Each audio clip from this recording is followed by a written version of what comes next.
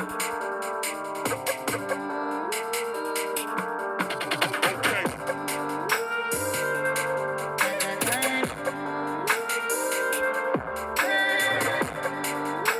to the Mind of Basketball Podcast, also known as the M.O.B podcast. I'm Evan. And I'm Ja. And this is our basketball podcast where we recap, break down, and analyze players and teams from the previous games for the previous game. Finally. How are you today? I'm good. How are you?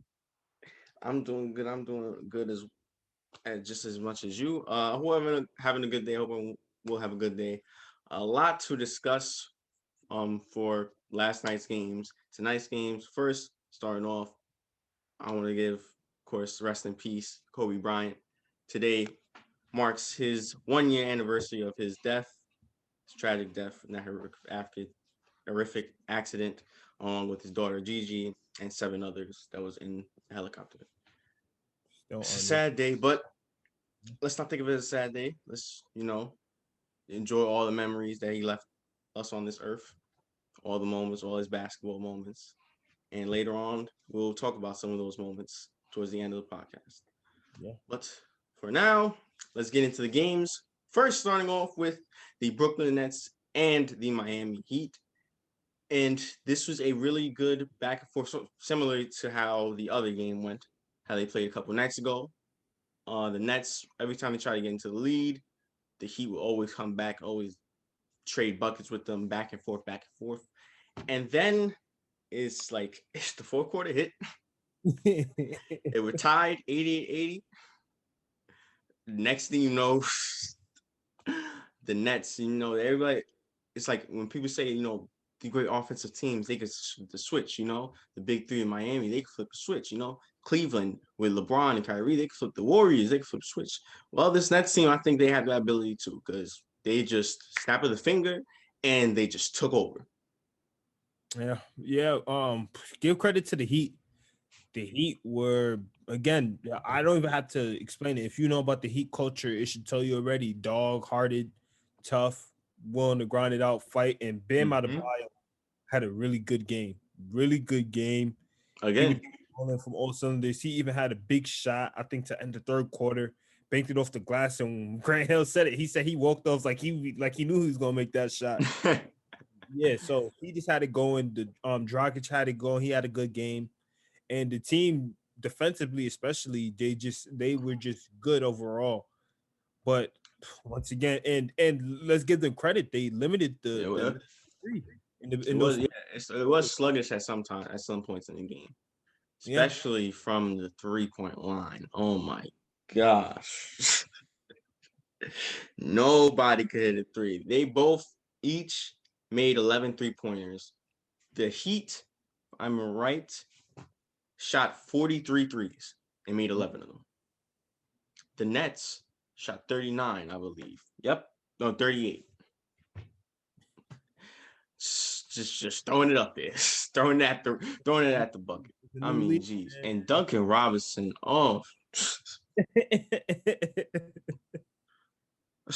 he could not buy a three.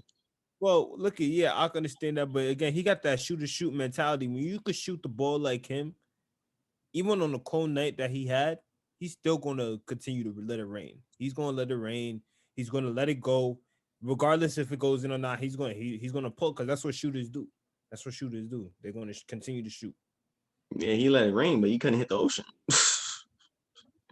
Like, come on, man. He was 1 for 10. Well, yeah, I understand what you're saying. She's going to shoot, but none was surprising me. He was taking a lot of 3-pointers. Yeah. Just like, and he was missing almost all of them. Same like Duncan. 1 for 8. Duncan was 1 for 10. But Duncan is a shooter, So none shooting all that threes. That kind of confused me a lot. Yeah. He needs to play inside to get outside. He's like a player that needs to get into rhythm. Exactly. To make his 3-pointers. So I don't know, but just all in all, the 3-point shot was just not there for either team. Yeah.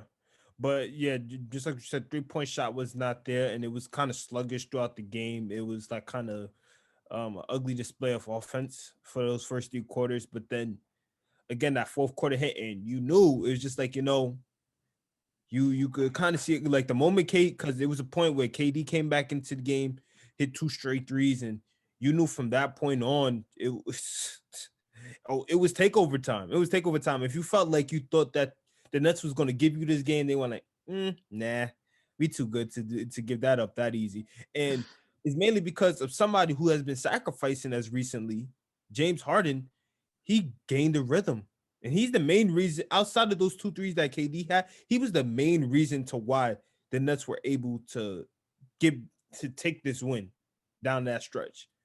The way he was going, he was being aggressive, like how he always is, getting to the basket, trying to draw fouls, hit 2 big threes, or hit probably even more than that. But I remember for the fact that he had 2 big threes, and he was just playing with the defense, Yep, you put it best. The Nets flipped that switch and they just went on a big run late in the fourth quarter to close out this game and beat the C's team for the second straight time. All right, so now the next game that happened right after that featured the battle of the number 1 and the number 2 draft pick, James Wiseman of the Golden State Warriors, of course, alongside Steph Curry, and Anthony Edwards and the Minnesota Timberwolves, the struggling Minnesota Timberwolves. And the struggle did not end. They're still suffering. And I mean, they tried. I give them credit. They tried. The Warriors got out to a big lead, and it looked like they was gonna keep maintaining that lead. Then the Timberwolves made a little comeback. They got it within single digits. Yeah. The Warriors called timeout, put Curry back into the game. Curry scored 8 straight. Oh man. And that's how it's been for Golden State, man. And you got to give them a lot of credit based on the way that they started off this season, right? To be in the situation that they are now. And again, they were playing against the Timberwolves. And like, the Timberwolves, let's be honest, when you're a young team and you still got something to prove, even though you're not going to probably win, it's just like, you play hard. And that's what they showed. They played hard and they tried their best, but it's just like, this Warriors team has just been doing it on both ends defensively, especially their defense look really amazing. And I know we talked about their passes, but this year you could really truly see how energetic these guys are to maintaining well on a defensive end. And as a result, what, you want to say something? No, keep going. I'll say after. And as a result, the fast-paced offense is just like, they do it on the defensive end, and as a result, it ends up in a fast break kind of pace. As a result, they're either getting threes or they get into the rim. They're finishing athletically. They just look good. They just look having fun. They playing with spry. And in terms of the defense, I'm gonna give a lot of the credit to Draymond Green. You remember at the start of the season, Draymond Green was hurt. They weren't playing. You saw the Warriors were playing defensively, giving up 120, 130 points a night. It was bad. He comes back. They slow start. They get into the rhythm, and now you could see the impact. He's not like, if you just look at stats, it's not going to show how much impact he has on the game. Yeah, he does more than what the box score shows. Yeah, you gotta look at his execution of playing his eye test. Yeah. Yes, the impact, the leadership, the mentality, how he anchors that defense and that team. It really shows, and it's been showing ever since he's came back. It's been shown. So I got to give credit to Draymond Green for that. Yeah, but the Warriors, like, even with because there was times where the Timberwolves were able to get to decrease the big deficit that the Warriors went up and everything. But Malik Beasley had a great game. Yeah, but like, still it and big dunk by Edwards, but it's just like, you knew that they had no chance still. Like, again, just like what you say, they called a timeout. Curry went on to answer 8 unanswered points. Is there anything else that really needs to say? Really, the Warriors? No, I mean, no, just leave it like that. 8 straight points. Timberwolves called timeout. That was it. That's it. It was still the regardless. Yep. So Warriors win. They beat the Timberwolves. They be playing the Timberwolves again in a few nights. Yeah. All right. Any other games? Anything that you want to talk about? Anything that you noticed? I'll let you go.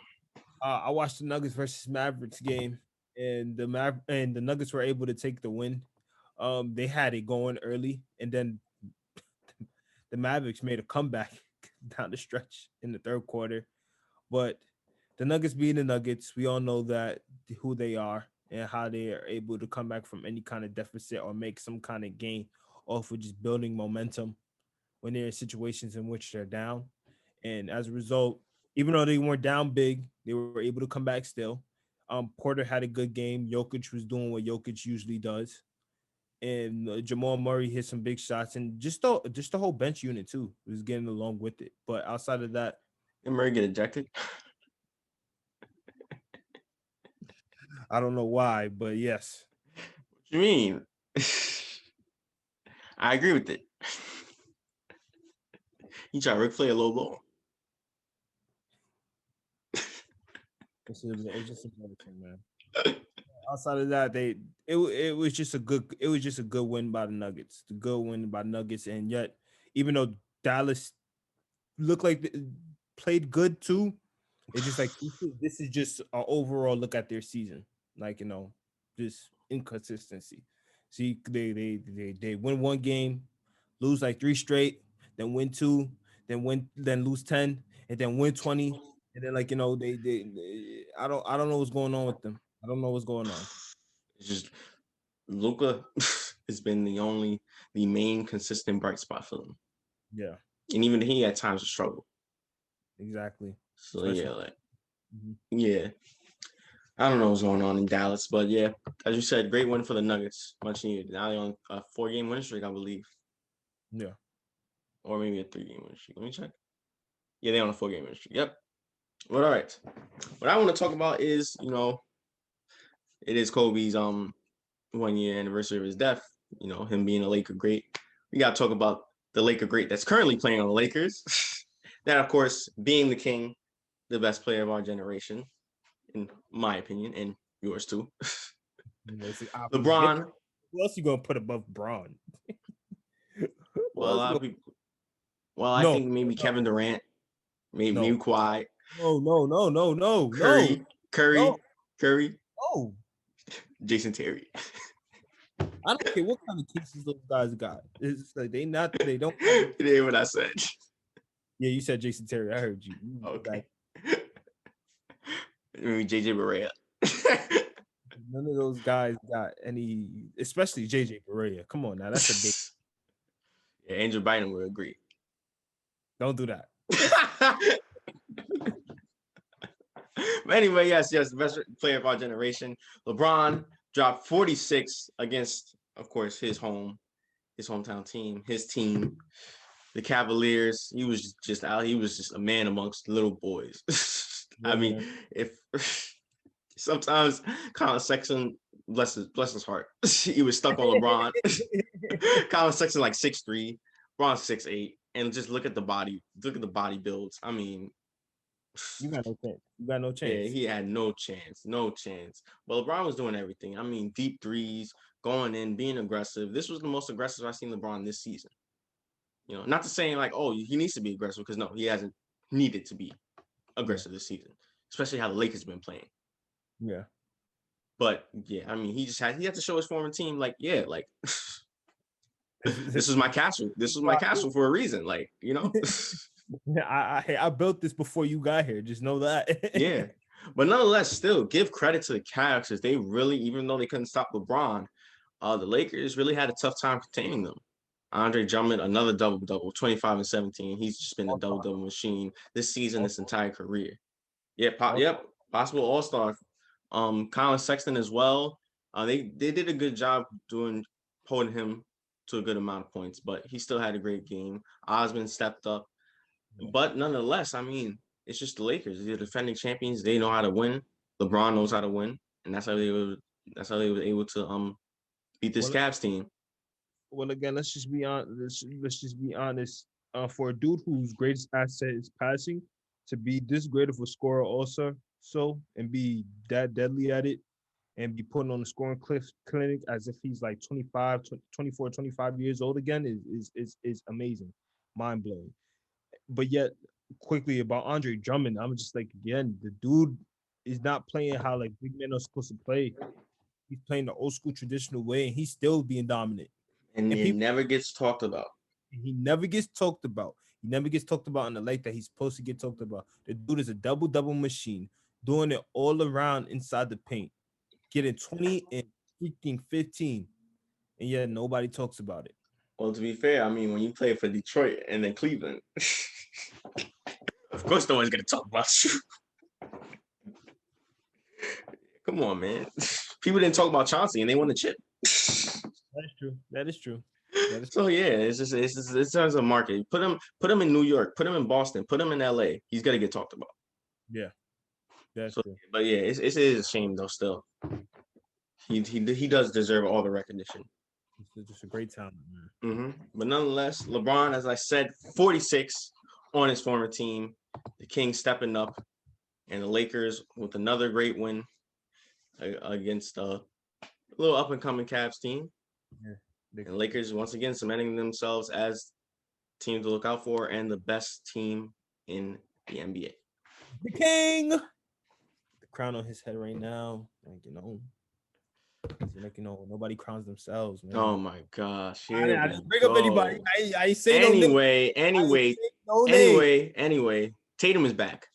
Yeah. If you hadn't gotten the memo, came back in a big way. By the way, 24 against the Bulls. Well, I mean it is the Bulls, so defensively they're not the best. But yeah, I just want to say that Tatum 24 against the Bulls in a win. And I'm glad to see him back because the Celtics have been struggling without him. And now they can hopefully get back into their winning ways, which they definitely need to. Need to. And I know this is it wasn't this game, but I don't think we acknowledged the last game, the fact that Jaylen Brown made history. I think he scored the most points in the fewest amount of time, the youngest player. He had like 33 and 19 minutes. I didn't even know that. Yeah, that's crazy. 33 and 19 minutes? Yeah, 33 points in 19 minutes. When was this? This was against the Cavs? Yeah, this was against the Cavs. Embarrassing loss for the Cavs. All right. It's prediction time. There's only 3 games on for tonight. But that's fine. Everybody get chances to remember Kobe and think about his life and his memories. So the rest for a lot of teams, but not for these teams. First, the one and only primetime game that we'll be covering, the Clippers and the Hawks. Who you got? Got the Clippers. It depends on if Capella and Trae Young is playing. I would do an upset. I believe in the Hawks. I think they can win this game. But if not, obviously the Clippers. Next, the Wizards or the Rockets. John Wall playing against his former team. Rockets. The Rockets. The Wizards got no chance with that freaking capital defense. Stop. Sorry. Yeah, the Rockets. And lastly, the Knicks going up against the red hot Utah Jazz. Guys, I know it's kryptonite when it comes to Jazz versus New York teams, but no, it's not. No, it's not. It's just for those 2 games. I don't think it's kryptonite, but I got the Jazz. They've just been on a tear. Yeah, man. And I don't think the Knicks can stop this tear right now. We can't know. Yeah, I had Jazz. But speaking of the Knicks, real quickly, I just want to say rest in peace because a Nick Gray had died yesterday. So I want to say rest in peace to Haythorne Wingo. If you don't know who that is, he played on the Knicks during their championship team in 1973. He was a forward, and he's a pretty productive player. And rest in peace, soul. God bless him. Yeah, I'm sorry, man. God rest your soul. I study a lot about the game, but I never heard of you a day in my life. But my condolences to you. You didn't have to say it like that, but yeah, you didn't have to say it like that. I didn't mean to put. I wasn't trying to put. I just don't. I just never. I just surprisingly out of all the people, because I know a lot of people. And this. One about him. All you know is he's a champion. So rest in peace to Haythorne Wingo. So, all right, now it's time to wrap things up. Before we go on to our Kobe thing, any final thoughts you have on anything else? Nah, Ben Simmons just need to be more aggressive.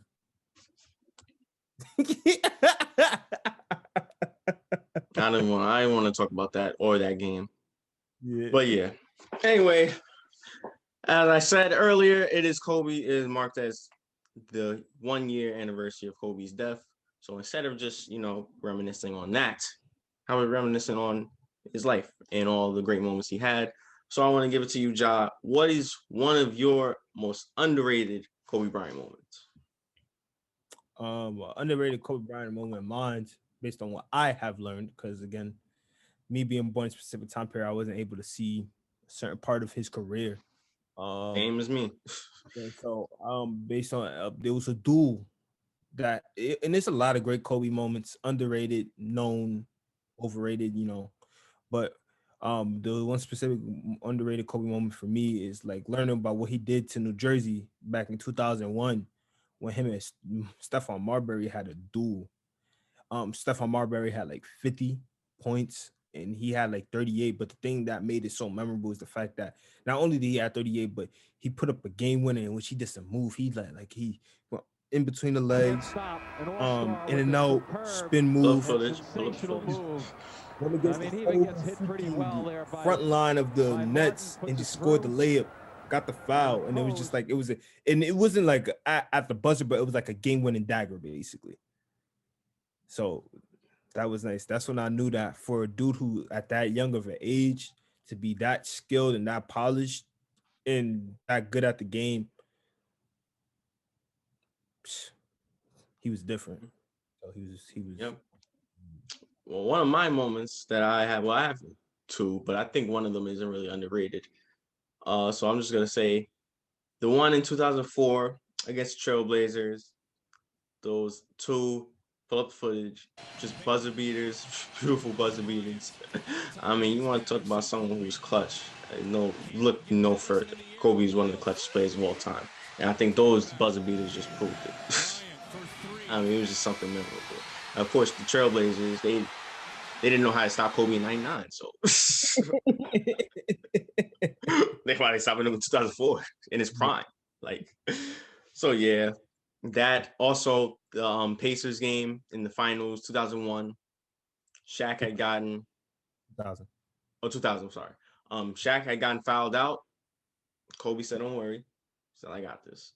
From that point on, took over that game, closed out that game, and closed out the series. They won their first championship. Yeah. So yeah. But rest in peace, Kobe. I just wanted to give, our underrated moments, stuff that there's a lot of great moments of Kobe. Yeah, so, not all of those moments are gonna get talked about. So I just wanted to give our moments that a lot of people talk about. Whole hour about this. We kind of went on a whole good hour about this based on what we seen alive before, middle, when we were just babies, like So when how his the little duels he had with T-Mac. Oh yeah, T-Mac, amazing. Yeah, especially in Orlando. Remember when he had, I think it was Kobe had hit.